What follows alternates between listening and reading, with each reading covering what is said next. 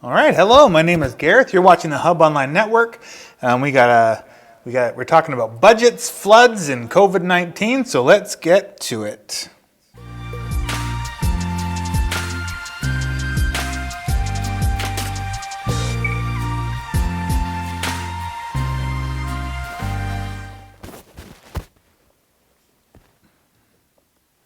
All right, so let's talk about flooding. So yesterday morning, the village of Cache Creek issued a new evacuation alert for approximately 175 private and commercial properties along the Bonaparte River.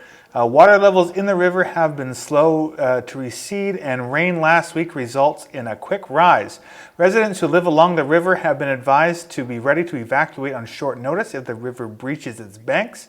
Water levels are holding so far, but a rainfall event could change that. The River Forecast Centre and Environment Canada have advised the village to monitor water levels in the river until early next week. For more information, you can contact Wendy Coomber at 250-457-0245 or email wcoomber@telus.net, and that's WCOOMBER@telus.net.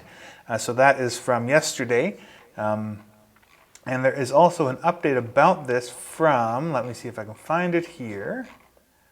Where is it? No, I don't have it. There is an update from the Sage and Sands Mobile Home Park that says something to that effect as well. There also was a tree that fell down into the river behind the Sandman Hotel in Cache Creek. So that was a fairly large splash. It took away some of the bank as well, so hopefully everything there eases up. And the park in Cache Creek flooded out yesterday as well. Now, I personally haven't been down there to see if the water levels have receded. Everything I see on social media looks like it's still pretty wet. So if you're down there, please be careful and use your common sense when it comes to flooding. Now, right now, I don't have today's numbers. Let me bring up government. But yesterday, we have had 12 new cases and 3 new deaths due to COVID-19. And on the 20th, we had 21 new cases with 3 new deaths.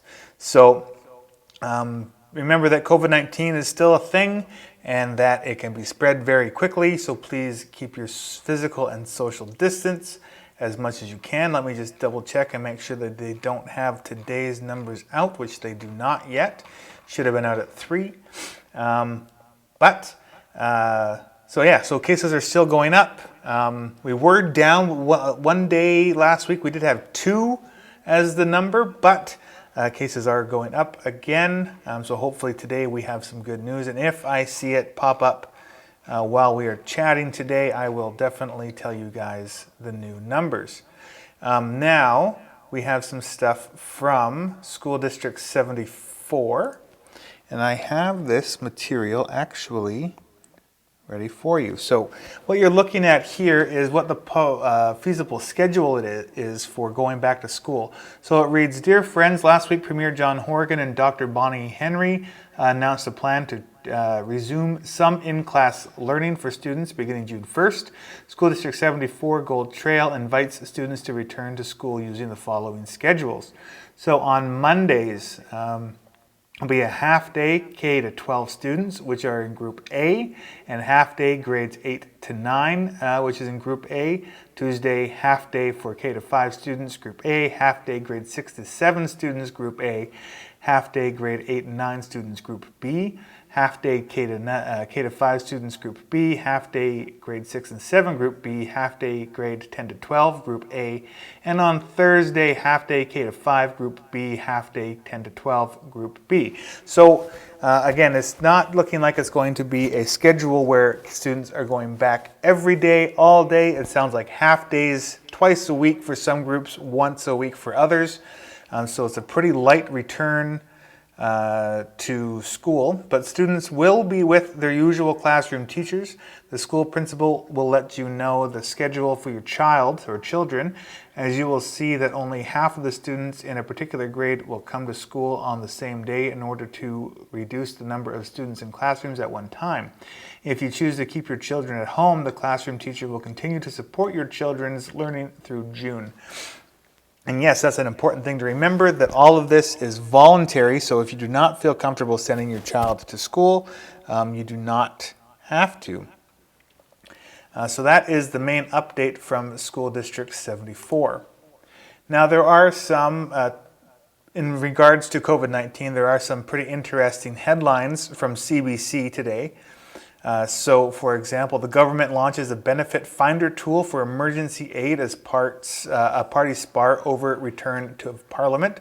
So what they're trying to do is they're trying to come up with an app that is sort of one size fits all for people, so people out of work, students, and seniors. So you can get this tool or app and you can find out what you need to do in order to find yourself the proper benefits that affect you. But there is a lot of controversy over that, as the Conservative government the Conservative Party, or as the opposition, are trying to get Parliament back into the House at a limited number of people, whereas the Liberals are trying to not do that for physical distancing. I have seen some of the stuff about what they're doing in Parliament, and it looks pretty sparse. There's maybe 4 or 5 people from each group, and I'm not sure if the Green Party is involved, but there are about 4 or 5 people from each group that are there debating things, but the Conservatives are looking to have more people go and have a larger debate about certain things, and I'm sure that this app is one of the things that they would want to debate. Other headlines include COVID-19 pushes Canadian retail sales to their biggest ever plunge in March. So I believe it was a 40% drop in March, but I'm not 100% sure about that number, but that's what I think I remember reading. Ottawa looks to endorse one coronavirus contact tracing app for the whole nation. So this is an interesting one. So much like the tool for figuring out your benefit plan, what they're trying to do is make an app. So if you have COVID-19, you have to register that you have it, and then everybody else around you can see that there is somebody in the area that has it, so people can keep their distance or leave the area. The conversation about this is about people's privacy and right to privacy. So that is the debate that is going on over that particular app. It is a thing that they used in South Korea, which seems to be working. And I believe that they're also using it in China. But what do you think? Should that be something that comes over to Canada? And you can let me know at hon@ashcrofthub.com. And also, if you're sitting at home and you want to give me a call, you can call 778-694-4662, and we will get you talking on the phone. Now, so that's the headlines from CBC. Now let's talk about what our local members of Parliament and the Legislative Assembly are doing via Twitter. So Jackie Taggart is not so much tweeting things as she is retweeting things. So she is sharing a lot of stories about flooding in Merritt. Non-BC residents with existing reservations will be... So, this is an interesting story. British Columbians will have the right, or not the right, but will have the option to have first dibs on camping throughout this season. And people from places like Alberta will be asked to cancel their reservations. So any outdoor events in British Columbia are going to be promoted to be taken over by people in British Columbia only, which is a interesting turn of events. So they're trying to limit the amount of people coming in from other provinces, and they also have still kept the border to the United States closed. So the less people in one province, I guess, the better. So that is what Jackie Taggart is sharing on her Twitter feed. And Brad Viss, our Member of Parliament, is sharing a news story. So he says, John Iverson has posted a news story saying it's time to cancel Trudeau's COVID-19 morning show and get back to Parliament. So I'm just going to read a brief little bit about this. So again, this is an article from the National Post written by John Iverson. I'm sorry if I'm saying that wrong. So the latest snapshot of Canadian public opinion suggests that Trudeau is having a good pandemic. Even after the Liberals were re-elected last fall, more people disapproved of his government and him personally than approved. But since the onset of COVID-19, that evaluation has inverted. 58% of Canadians now approve of the government and 48% of Trudeau, versus 24% who disapprove of the Liberals and 31% of Trudeau, according to Abacus data. It should not be a surprise to anyone that the Liberals have an 8-point lead on the Conservatives in popular support. The amazing thing is that the gap is not wider. So that is just the start of a pretty interesting article that this gentleman has wrote. So if you want to check that out, you can go on to Brad Viss's Twitter page. You can find it there. It's the last thing he tweeted about. You can check out this story there. So moving on, we've already talked about School District 74. So we've got some positive stuff here. We have a notice from the Hub. It says, we are excited to hear the news from the province last week that gyms and community centers who comply with safety protocols can reopen.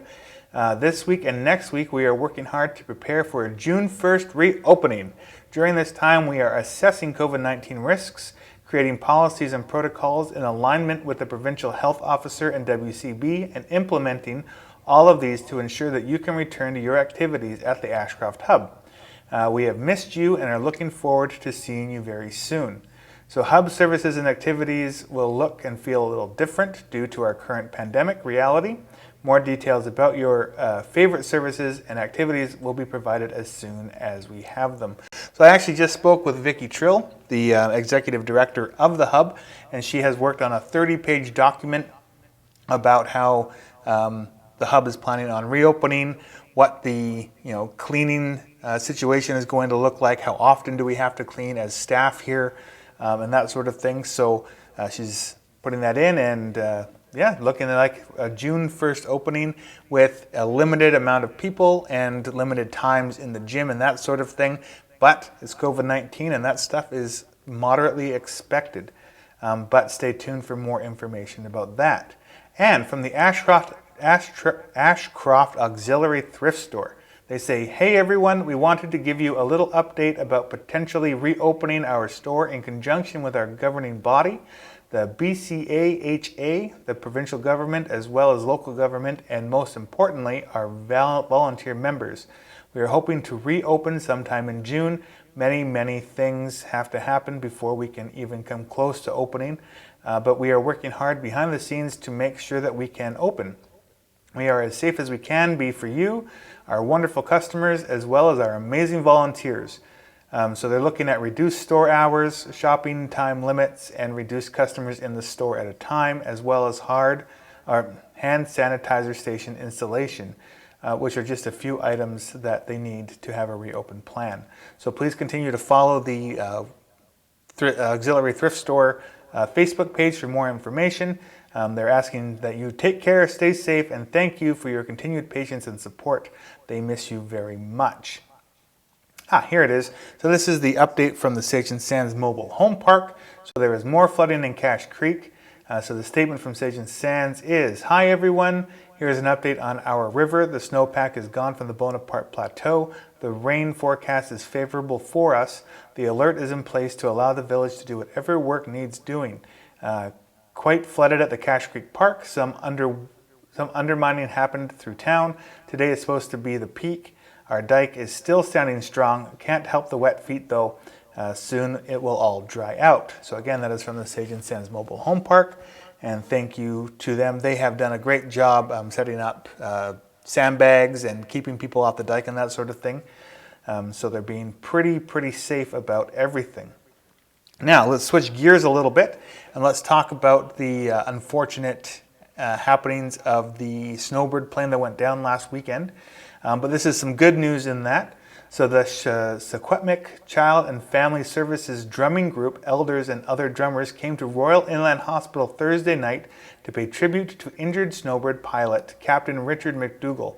The pilot watched from the sidelines with his family as two elders opened with a prayer, and the drumming circle performed 3 songs, including an honor song to the pilot and a song thanking frontline workers, healthcare workers. Captain McDougall spoke to the drummers afterwards, saying the outpouring of love and support is helping with his healing.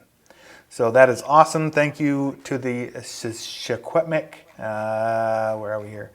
Child and Family Services drumming group. That's an awesome thing to see, and you can actually check out on the Interior Health Facebook page, you can check out the video and listen in on that drumming circle.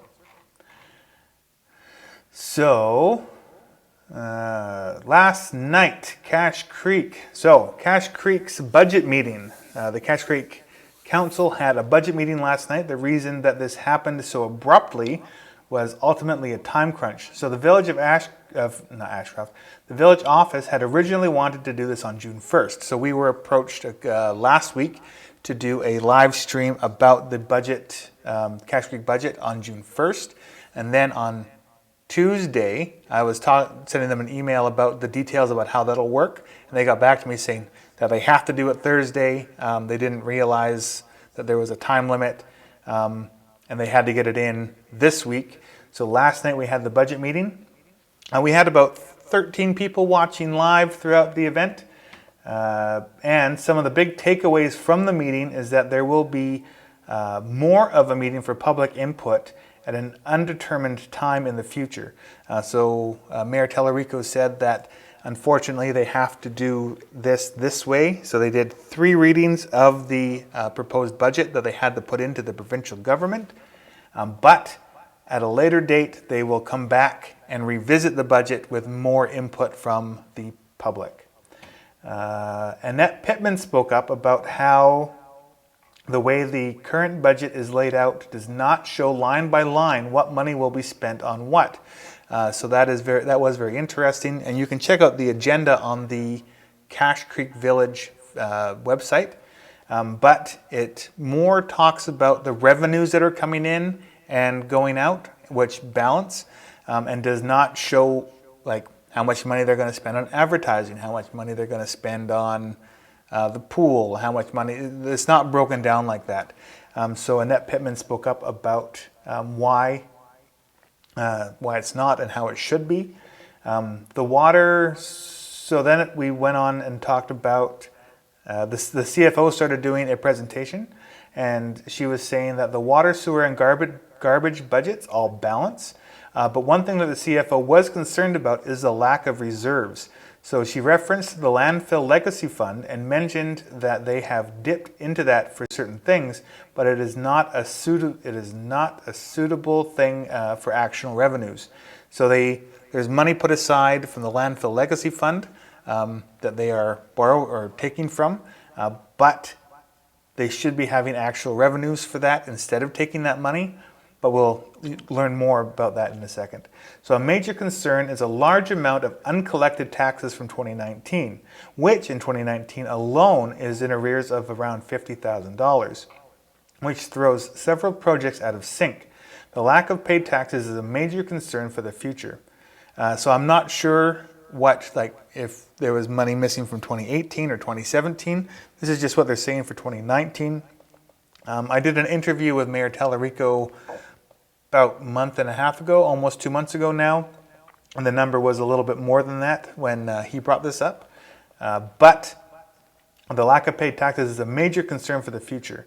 This year, the council decided not to charge additional taxes due to COVID-19. And I will say that this was not spoken about in any public meeting. One thing that is mildly concerning is that a lot of things are being talked about behind closed doors or after the camera is off, and this is one of those things. The CFO spoke about grants that are available, but those monies are for capital projects only, which would cover new equipment for the fire hall or firefighters, the community hall, the airport fence that was burnt down, to replace the East Trans Canada Highway bridge, etc. The CFO would like to see more reserves, but as long as the village doesn't collect as much revenue, they will not be able to save as much money. So as I said before, they had done all 3 readings in one night. And all 3 readings were passed, except that Annette Pittman did show opposition, citing that there was a little bit of lack of transparency as to exactly dollar amounts that were going to be spent on what. So there were then several questions from the public via comments on the live stream, which included questions about the pool and about when there would be a public meeting where the public would be heard. And when asked about if there is hope for the Cache Creek pool, the answer was yes, there is. When asked if there was money in the budget to maintain the pool while it's not being used, the answer was yes. There was also a question posed about how much money was left in the legacy fund. The mayor assured that they would look into that number and send it to that person specifically. And the meeting started at 7 p.m. and ended at 7:30. There were a couple other questions. We had about 3 people really interacting with the councillors. And you can go and check out that video from last night and see who those people were. So moving on, Hungry Herbie's is home to the Monster Burger and proud of it. And they ask that remember that their outside seating area is open daily from 8 a.m. until 10 p.m. Come enjoy a delicious, physically distanced meal at Hungry Herbie's in Cache Creek. Unity Cafe and Lounge is reopening. So here's an update about reopening. So it will no doubt be different eat-in experience at Unity Cafe come the second week in June, so June 9th, as we create new sanitizing protocols and changes to our seating floor plan. It's been interesting with so little space to begin with, but feel that we can manage. Our customers and our community safety is important, and we will rise to the challenge. Are very excited about our new outdoor patio. We've been making plans and creating a spacious but relaxed place to hang out for those sunny days ahead and warm Ashcroft evenings. We are just waiting for the okay from the province to have liquor outside, which there was another update from Unity saying that liquor sales have been approved. And plans are coming together nicely for some outdoor music shows for June and July. Announcements soon, stay tuned. It will be fabulous to see your masked or unmasked faces back in Unity for lunch and a few drinks. New menu items are in the works as well. So that is from Unity. According to a social media post, the park will reopen. Oh wait, where am I here? Sorry. So after a 2-month closure with nearly crippled it financially, the BC Wildlife Park in Kamloops is ready to emerge from its hibernation. According to a social media post, the park will reopen to the public on June 1st. The facility was closed on March 23rd due to COVID-19 pandemic-related restrictions. As of June 1st, the park will be open daily from 9:30 a.m. to 4 p.m., and visitors will be asked to observe guidelines around physical distancing. So that is that. Another thing that we have going on here at the Hub Online Network, though, is on Monday next week, on the 27th at 7 p.m., we'll be having a live stream with our Member of Parliament, Brad Viss. He is taking questions, but we ask that those questions be given to us by Tuesday afternoon at the latest. And again, we'll be going live Wednesday. So if you want to get your questions in, you can email us at hon@ashcrofthub.com. Please do so. It'd be awesome to have as many questions as possible for our local Member of Parliament. And this ranges, of course, from Mission to 70 Mile, I want to say. But Mission Matsqui Fraser Canyon is his riding. So please check that out and follow us there. And please like, share, and subscribe. That's all I really got for you guys today. It's a bit of a shorter episode. But we will have more news for you guys on Monday at 3. Some great things in the works at the Hub Online Network. So be sure to check us out then. And we will see you guys Monday. Have a safe weekend. And yeah, thanks for watching.